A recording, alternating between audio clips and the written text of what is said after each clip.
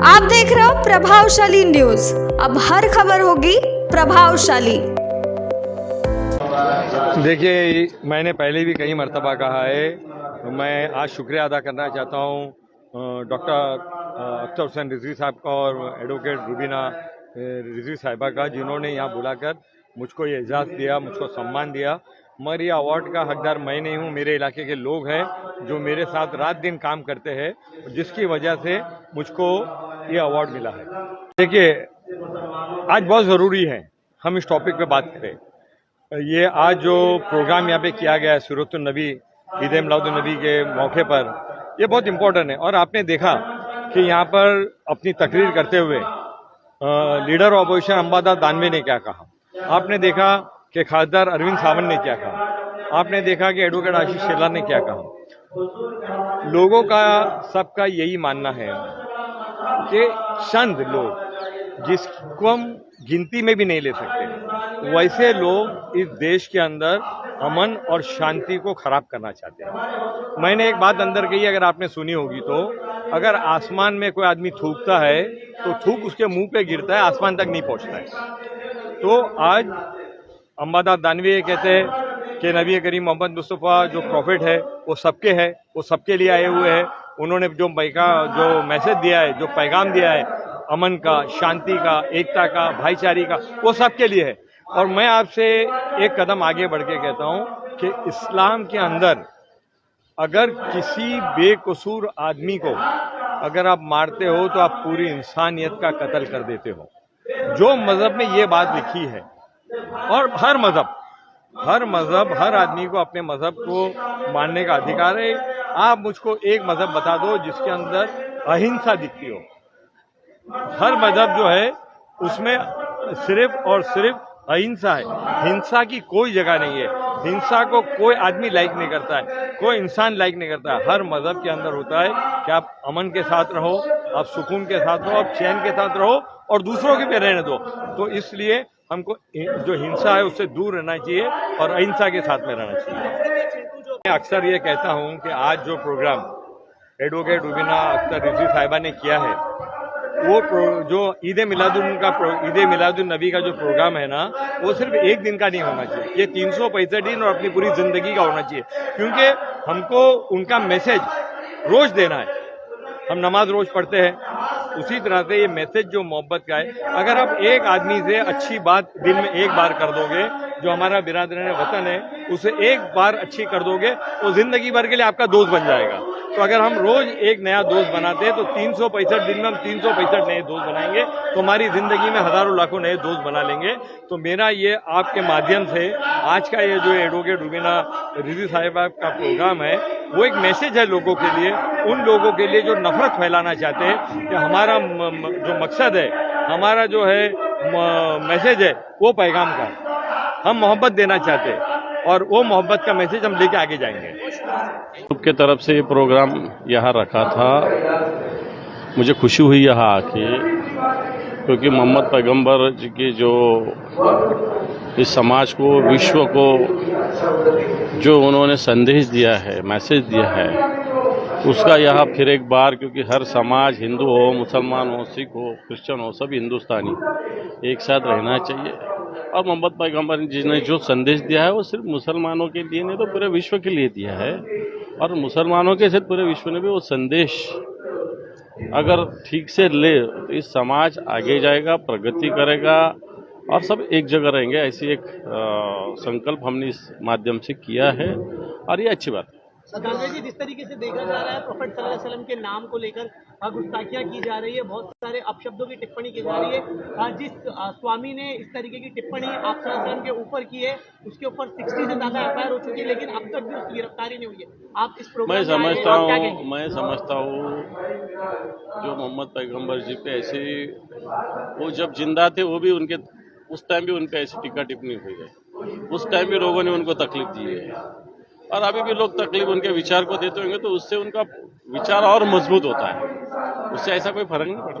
Sir, अमन शांति बनी रहना चाहिए। बिल्कुल बनी रहनी चाहिए। महाराष्ट्र में, देश में, हिंदुस्तान में अमन और शांति बनी रहनी चाहिए। सर, आप क्या मैसेज देंगे आज जो आप सीरतुन नबी के इस प्रोग्राम में आए हुए थे, आप क्या मैसेज देंगे? मैंने तो कहा ना, सभी धर्म के लोगों ने अमन और शांति बना के इस समाज को आगे लेने का प्रयत्न सबने मिलकर साथ में मिलकर करना चाहिए। हमारी बहन एडवोकेट रुबीना रिजवी जी और अख्तर रिजवी साहब ने एक प्रोग्राम रखा था सीरातुन नबी के मौके के ऊपर, प्रॉफिट फॉर ऑल। हम सब तमाम मुख्तलिफ सियासत पार्टियों को बुलाया, उलेमा इकराम को बुलाया और तमाम लोगों को यहाँ पे उन्होंने बुलाकर एक मैसेज देने की कोशिश की। और जाहिर सी बात है, प्रॉफिट फॉर ऑल के अनुमान तो यही है कि अल्लाह सुब्हानहू व तआला ने हमारे हुजूर मोहम्मद मुस्तफ़ा सल्लल्लाहु अलैहि वसल्लम की सदके तुफैल में पूरी कायनात को बना दिया।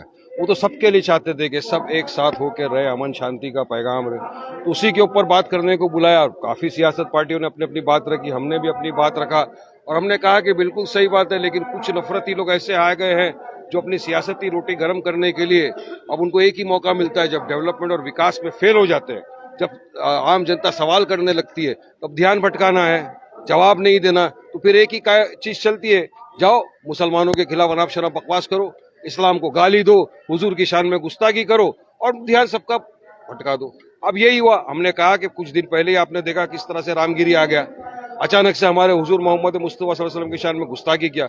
और यकीन मानो, भारतीय मुसलमान ही नहीं, पूरे दुनिया के मुसलमानों के दिलों को उसने ठेस पहुंचाई अपने अल्फाज से। हमने एहतजाज किया, FIR रजिस्टर किए, अरेस्ट नहीं करते। महाराष्ट्र के मुख्यमंत्री उसके साथ स्टेज पे बैठते और बोलते हैं इसके बाल भी मांगा नहीं होने दूंगा मैं, तो बताइए क्या होगा? क्या ये संविधान के दायरे में रहकर सरकार काम कर रही है? सलमान अजहरी का एग्जाम्पल देता हूं, उन्होंने तो किसी का नाम नहीं लिया, एक अशार पढ़ा, उनको उठा के जेल में डाल दिया। तो कानून अलग अलग क्यों? अब फिर वो आ गया दूसरा, वो नफरती चिंटू, इतना सा स्कूल बॉय, वो आके बोल रहा है कि मुसलमानों को मस्जिद में घुस के चुन चुन के मारेंगे। कैसा मारेगा भाई? आ जा मस्जिद में, आएगा तो तू 2 टांग के ऊपर, लेकिन जाएगा तो स्ट्रेचर पे, यकीन है मेरे को। 5 साल का बच्चा दौड़ा लेगा। तो इस तरह की बात करना, फिर 24 घंटे का टाइम तो सारे मुसलमानों को खत्म कर देंगे, आजा खत्म करके दिखा दे। अरे क्या हलवा है क्या? देखो, मुसलमान डरता किसी के बाप से नहीं है, मगर हम लोग कायदे कानून का पालन करते, संविधान को मानते हैं, इसलिए हम लोग कोई इस तरह का कदम नहीं उठाते। मगर हमारी खामोशी को हमारी कमजोरी समझ जा जाता है, ये नहीं समझना चाहिए इनको। जिस पार्टी से आते हैं उसी पार्टी के मुंबई अध्यक्ष को भी आज इस कार्यक्रम में दावत दिया गया था, इस पर क्या कहेंगे? वो आए थे, लेकिन मेरी मुलाकात नहीं, मैं देखा भी नहीं, मैं थोड़ा सा लेट। अगर आते तो मैं तो उनके सामने बोलता, क्यों नहीं बोलेंगे? अरे भाई, संविधान है, फ्रीडम ऑफ स्पीच एक्सप्रेशन है, सवाल कर सकता हूं मैं, टीवी पे करता हूं तो यहाँ भी कर सकता हूं मैं। सर, कहीं ना कहीं गृह मंत्रालय जो है फेल नजर आते हुए, अरे कल जो अक्षय सिंह की जो मौत हुई पुलिस के बंदोबस्त में था, किस तरह से उसको गोली मारी? अब वो तो इन्वेस्टिगेशन का विषय है, फिलहाल यहाँ पे टॉपिक अलग है। अब कल की आपने बात की ना, मैं आपको बताता हूँ, कल महाराष्ट्र के इतिहास में इतनी बड़ी रैली नहीं निकली थी जो कल निकली है। सिर्फ पूरे महाराष्ट्र के लोग, तमाम जो भी आप बोलो, कोई भी पॉलिटिकल पार्टी का होने दो, कहीं से भी एफिलिएशन रखने दो, पूरे के पूरे मुसलमान कल रास्ते पे उतर गए हुजूर मोहम्मद मुस्तफ़ा सल्लल्लाहु अलैहि वसल्लम की मोहब्बत में। और आपने देखा कितना प्यार मोहब्बत से आए, सब औरंगाबाद में जमा हुए, वहां से आए, हम सब मिलकर थाना में हम रुके, थाना में हमने मेमोरेंडम दिया कमिश्नर को और वहां के कलेक्टर को। हमने कहा 4 मांगे थी। मांग नंबर 1, रामगिरी को अरेस्ट करो। मांग नंबर 2, नीतीश राणे को अरेस्ट करो, इनके खिलाफ FIR है। मांग नंबर 3, मुफ्ती सलमान अजहरी साहब को रिहा करने की कोशिश करे महाराष्ट्र की सरकार। मांग नंबर 4, एक ऐसा कानून बनाया जाए हेट स्पीच के ऊपर, जो इस तरह के नफरती चिंटू जो बयानबाजी करते हैं उनको लागू हो, उनको अरेस्ट करे।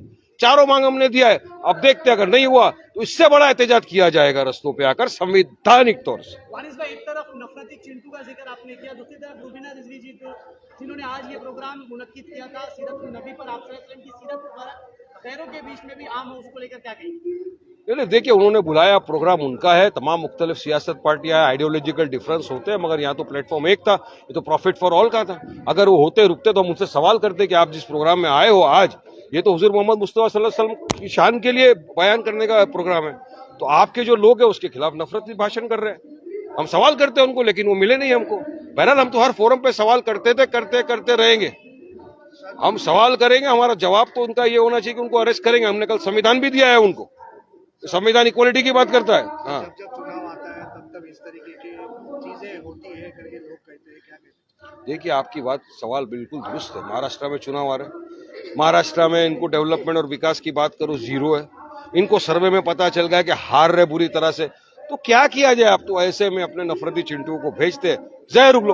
अब जहर उगलने के लिए सबसे बड़ा कौन है? मुसलमान। जाओ मुसलमान को गाली दो, इस्लाम को गाली दो, अनाप शनाप बकवास करो, अपनी सियासत रोटी चमकाओ। मगर राज्य का जो भी नागरिक है समझदार हो गया, वो इनके बातों में नहीं आता, इनको समझना चाहिए। अरे उसकी सीधी थी कब? नफरत फैलाने के लोग फैला रहे हैं, यहाँ मोहब्बत की दुकान शुरू है, आ जाओ यहाँ, सभी को बुलाया, इसीलिए तो बुलाया है कि भाई जिस तरह से हम लोग आज देश के दुर्भाग्य में बता रहा हूँ, मुझे वेदना होती है कि देश के प्रधानमंत्री से लेकर नीचे तक आप लोगों को जो बाजार बनाया, राजनीति का बाजार बनाया है, और रोजाना हम नफरत पैदा करने वाली बातें करते हैं, उसका बड़ा दर्द है। कल परसों जम्मू कश्मीर के चुनाव में, वहां चुनाव है, गृह मंत्री जी कह रहे हैं हम मुसलमानों को ईद के त्योहार पर 2 सिलेंडर मुफ्त देंगे। अरे भैया जॉब दे दो, सिलेंडर खरीद लेंगे हम, कोई दिक्कत नहीं हमें सिलेंडर खरीदने में। लेकिन अगर देना ही है तो जम्मू कश्मीर ही क्यों को? हमारे मुसलमान भाई पूरे देश में है, सभी मुसलमान भाई को देश में दे दो मुफ्त में। ये जो अगर कोई दूसरा करता तो वो प्रधानमंत्री कहते ये रेवड़ी बांट रहे हैं, तो ये रेवड़ी नहीं तो क्या बेवड़ी है? क्या है, क्या है ये? इसलिए मैं आपसे कहता हूं कि हम उनमें से है कि जो देश के संविधान को मानने वाले हैं, जो लोग देश की संविधान को तोड़ना चाहते हैं उसको मानते ही नहीं, सच बताऊं तो। और जितनी भी न्यायिक संस्था है, मैं शब्द प्रयोग कर रहा हूँ, न्यायिक संस्था है, उस संस्थाओं को कल ही, पिछले हफ्ते ही हमारे आदरणीय सर्वोच्च न्यायालय ने कहा ये तो पिंजरे का पोपट है, पिंजरे का पंछी है। इसका मतलब क्या है आप सोच लो। तो जुडिशरी होने दो, या सीबीआई होने दो, ईडी होने दो, इनकम टैक्स होने दो, या कोई और, सारे डिपार्टमेंट एक ऐसे बन गए कि बस उनके गुलाम बने। और कहा इलेक्शन कमीशन नहीं भूलना भैया, सभी गुलाम बनकर काम कर रहे हैं, देश की संविधान को ठेस पहुंचा रहे हैं। हिम्मत नहीं इनमें से किसी की, ये गलत हो रहा है बोलने की भी, ये तो दुर्भाग्य है देश का। इसलिए हमें संगठित होना है, और जो लोग चाहते हैं कि यहाँ दीवारें पैदा करें, नफरत पैदा करें, हिंदू मुस्लिम जात पात धर्म के आधार पर, उसको टुकराना है, मजबूती से इकट्ठा रहना है। थोड़ा सा बच गया रे, शोले वाला डायलॉग, बच गया रे। यहाँ अभी चुनाव है, चुनाव के लिए सारी राजनीति चल रही है। रोजाना आप देख लो कि रोजाना कुछ न कुछ सरकार घोषित करती है, लेकिन वही सरकार दुर्भाग्यवश जब हमारी महिलाओं पे अत्याचार होती है तो कानून व्यवस्था ध्वस्त हुई है, कुछ नहीं है। कानून कहाँ है, रोजगार कहाँ है? हमारे ये जवान बच्चे सब घूम रहे हैं ना ग्रेजुएट लेके।